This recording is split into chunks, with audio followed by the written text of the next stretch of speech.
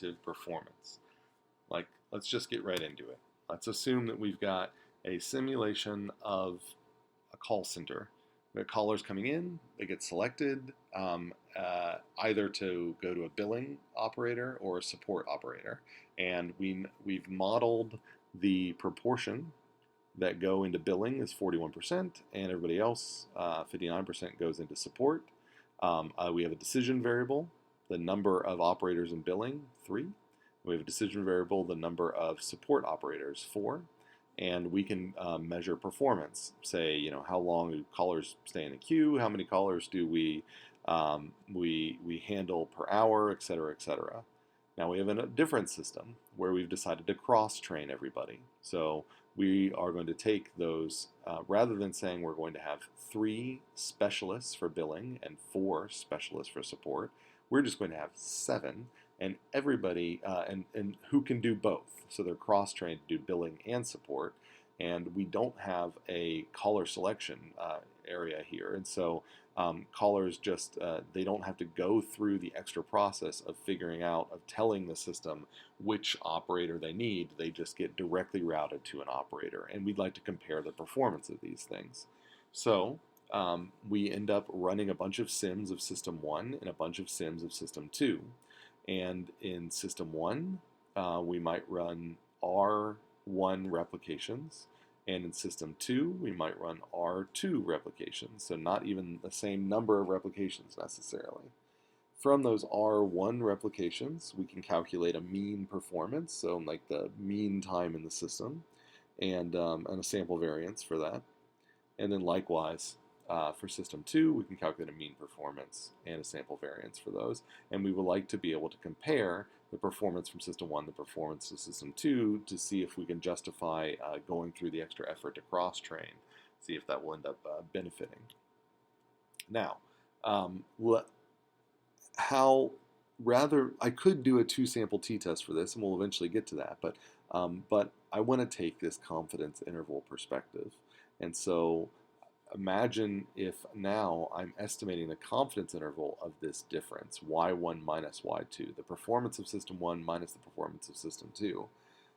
Well, the kind of t-test interpretation is I've got a mean, which is just y1 bar minus y2 bar, plus or minus the critical t-value times the standard error of that mean. So when this was a 1 sample, then we kind of knew what the standard error of the mean looked like. It was just, x bar over square root of n. Well, now I've just put that all behind this little function SE, standard error, or standard error of the mean. And this always, regardless of what the actual standard error of the mean looks like, every 1 sample or 2 sample t-test looks like this behind the scenes. That's just how the t-test works. And so the tricky part is being able to write the right formula for this standard error. But as long as you have a formula for your situation, you can then plug it into here and you apply the same logic. So I can generate because I can generate this here, I can generate a confidence interval. So my confidence interval is just going to be the difference in the 2 means minus the critical value times their standard error on one end, and then plus on the other end. So I generate a confidence interval of the difference. So I take all those differences and generate this confidence interval. If you need a more data way to look at that, if I look back at these data, keep in mind, I might have run a different number of replications for System 1 and a different number of replications for System 2. There's a bunch of different reasons I could have done that. Maybe I had less variance in System 2, and so I didn't feel like I needed to run that many replications, whereas I did have to run more in System 1. So I'm not necessarily pairing these things together. We will get to when I would pair these things together and actually take differences at the replication level, similar to what you've done in a previous homework. So here, what I'm actually doing is I've got a bunch of data and another bunch of data, and I'm actually just subtracting the means themselves as opposed to taking a mean of the differences. And so that's why I've hidden a lot behind this standard error here, because depending on how I do that, whether I take differences of data and then take means of those differences, or if I take means of data and then take differences of those means, it's going to totally change the way this standard error works. just take for granted that we know how to calculate that standard error right now. Then you can calculate a confidence interval of this difference. And let's say it's down here and it's firmly negative. 0 is not included. Well, if 0 is not included in the confidence interval, then we are going to conclude that the mean, the true mean of system 1 is less than the true mean of system 2. So they're significantly different. So maybe system 1 is faster than system 2, or maybe system 2 pushes through more customers than system 1, whatever we ended up measuring, however you interpret it. But that's the way we look at a confidence interval that is firmly negative, is that means that the mean we infer of system 1 is less than the mean of system 2.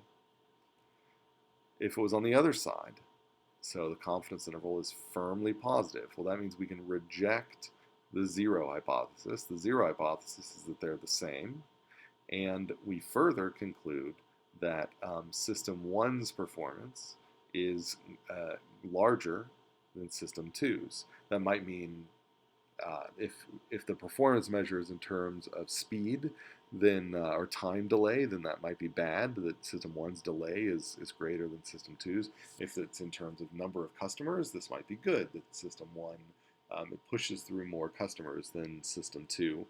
But however you interpret it, we know that system 1's performance measures true mean we infer is greater than system 2's performance measures true mean. So they are significantly different. And then if you calculate the confidence interval and 0 is included, we have no idea what to conclude about 1 and 2. And so this usually means that we need to get more data. So if you, or it means there's no difference. It means that if you find that confidence interval to look very small and it also includes 0, then that means there's probably no practical difference between the two systems. But if you find that that confidence interval is very large for your liking and it includes 0, then that probably means you need more data, because with more data, you'll get a smaller confidence interval. And with a smaller confidence interval, then maybe it will collapse around a value that is far away from 0, telling you exactly what the answer is. Or maybe it'll collapse onto 0. And if it collapses onto 0, then there's no difference between the two. But without taking more data, we can't know. So that's how you should be thinking of confidence intervals. So how do we calculate that? Like I said, the half width of a confidence interval is just this critical t-value times the standard error. But the trick is going to be that for all sorts of different types of data, we, whether they're independent or not, whether we use pooled variance or not, the number of degrees of freedom, this new variable in the critical t-value, and the standard error of the mean are going to change. So when you move from one t-test to another, you're basically changing the formula you use for standard error of the mean and degrees of freedom, new. So that's what we have to focus on now, is what are those formulas. And in reality, you're not going to have to memorize these for the future, outside of this class, because those things will have been calculated behind the scenes for you, and you're just going to say, I want a 2-sample pooled t-test, or I want a 2-sample Welch's t-test, or so on and so forth. And behind the scenes, what it's doing is it's reconfiguring how they calculate standard error of the mean and degrees of freedom.